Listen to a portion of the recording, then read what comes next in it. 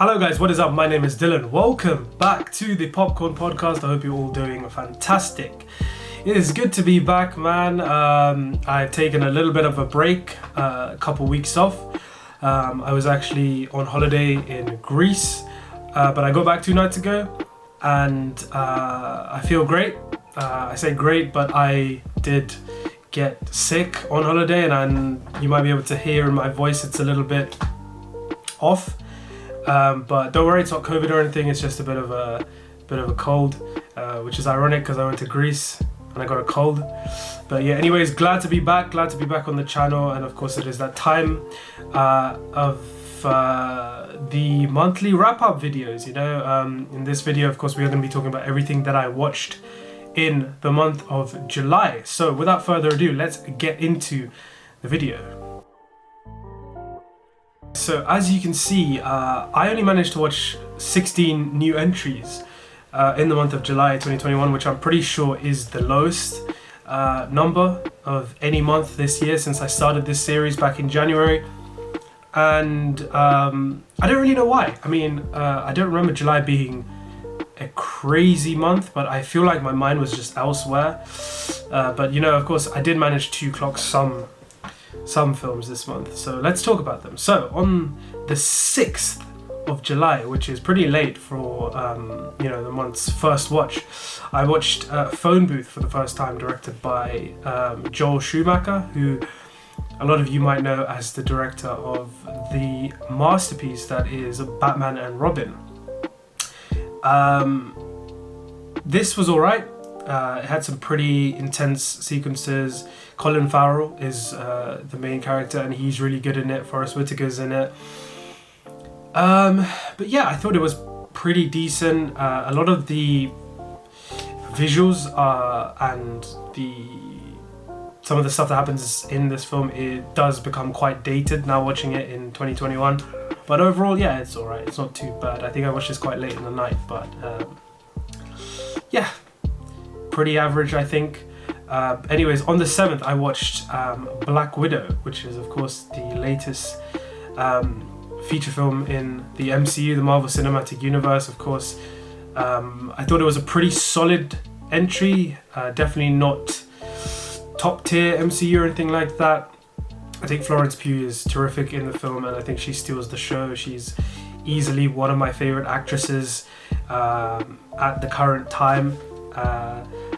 I think, of course, it is, if you are a fan of superheroes, if you're a fan of the MCU, of course, you can't miss this film. But if you want my full thoughts on the film, I will leave a link to my full review of Black Widow in the description down below. So, yeah. Anyways, on the 8th, I watched Gone Baby Gone, which is directed by Ben Affleck, and starring his brother, Casey Affleck. This was solid. It was a solid crime thriller, kidnapping story. I've been meaning to watch this one for quite some time. I still do prefer Ben Affleck's The Town over this, which, by the way, if you haven't seen, you should definitely check out if you like crime thrillers. I think it's one of the best in recent years. But yeah, Gone Baby Gone was pretty chilling to watch, and there are a lot of twists and turns that I don't think I saw coming, but yeah, solid entry. Anyways, on the 12th, I watched the first installment of the 3 film series, which is Fear Street, and now this one is the 1994 first installment, and it's pretty cool. I mean, it kind of reminds me of Stranger Things, but with a more of a adult touch, let's say. There's a lot of gore, there's a lot of violence. The opening sequence was one of my favorite parts of the film, I think. But story-wise, it's nothing we haven't really seen before, but that it is just the first installment. So this is a 3-part story that, of course, I will get onto in detail. In detail a little bit more as we go up the dates. But yeah, Fear Street 1994, yeah, I had a good time with it. It was pretty enjoyable. But anyways, moving on to the 13th, I watched Park Chan-wook's masterpiece. This is a masterpiece.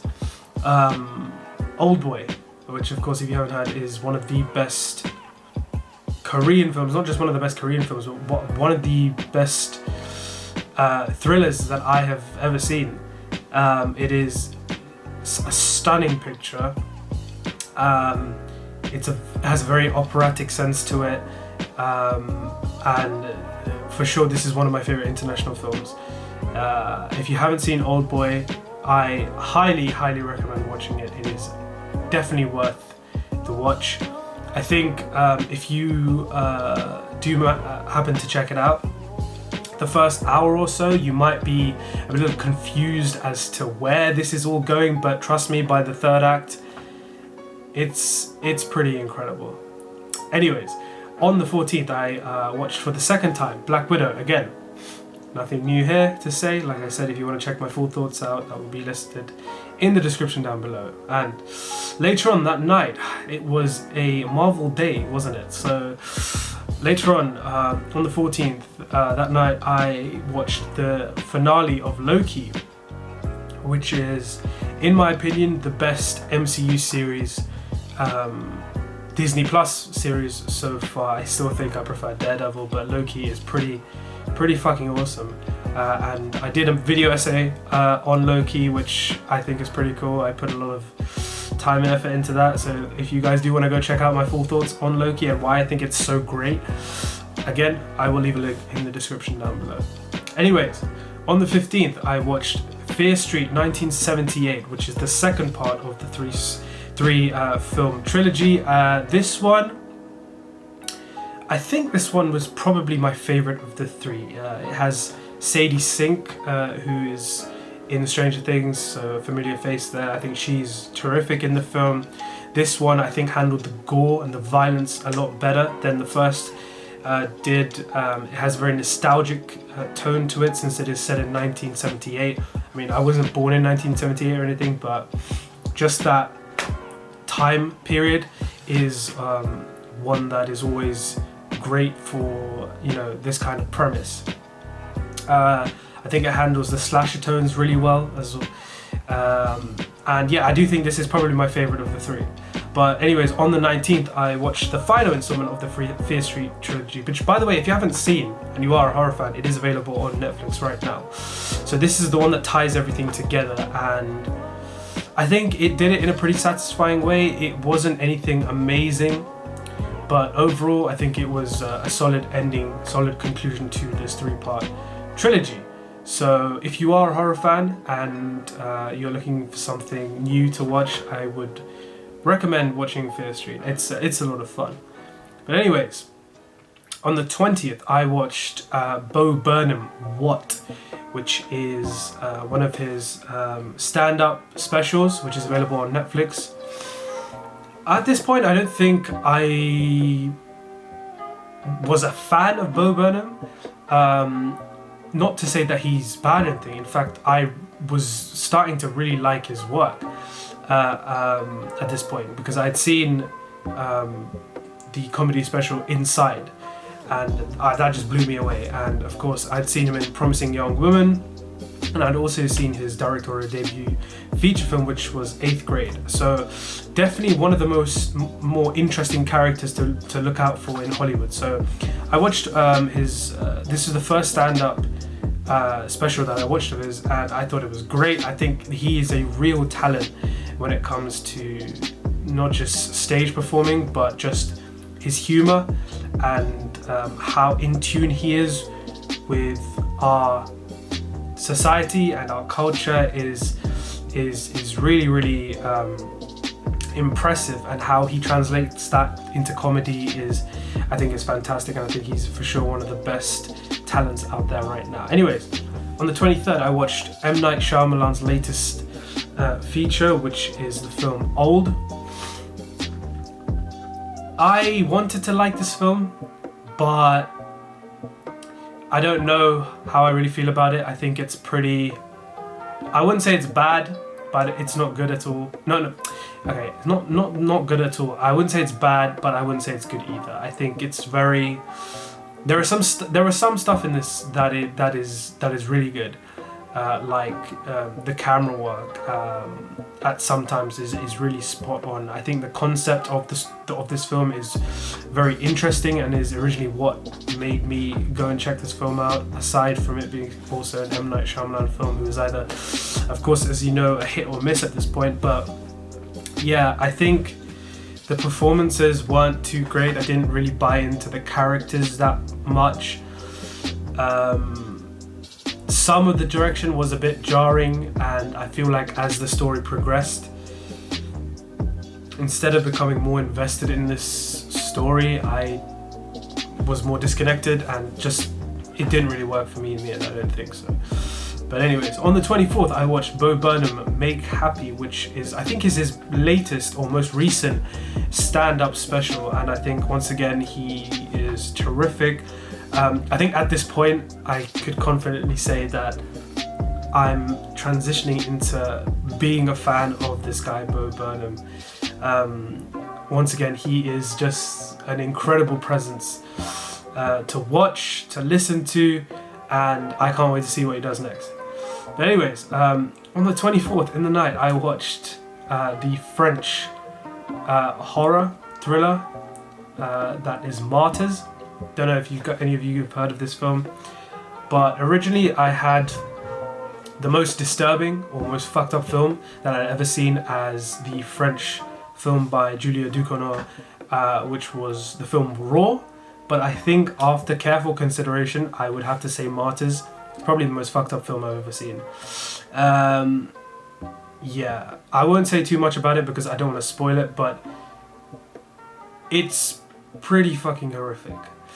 And I think it was a solid watch. At some points in the film, I was just like, why is this happening? Why is there just so much violence? Why is it so fucked up? Blah blah blah. There was no purpose. There was no justification for what I was watching. But by the time the film wraps up, I think where the direction of the story, where it goes, was really unpredictable. And I think in the end I was I was shocked, but I was also pretty impressed. I will eventually watch this one again. That's weird to say because this film is, like I said, the most disturbing film I've probably seen. But yeah, anyways, moving on. On the 26th, I watched The Big Sick, which is Kumail Nanjiani's, I think it's a true story from him. I think he wrote the film, he stars in it obviously, and this is a great watch. I mean, it's funny, it's sad, it balances a whole load of emotions, the writing is really solid. There are moments where you have a huge smile across your face, but then in the very next second you almost want to cry. Bo Burnham is in this one as well, and yeah, I don't know why it took me so long to watch The Big Sick, but I finally did it, and I thought it was pretty great. So anyways, on the 27th I watched Love, Rosie, which is a rom-com starring Lily Collins and Sam McLachlan.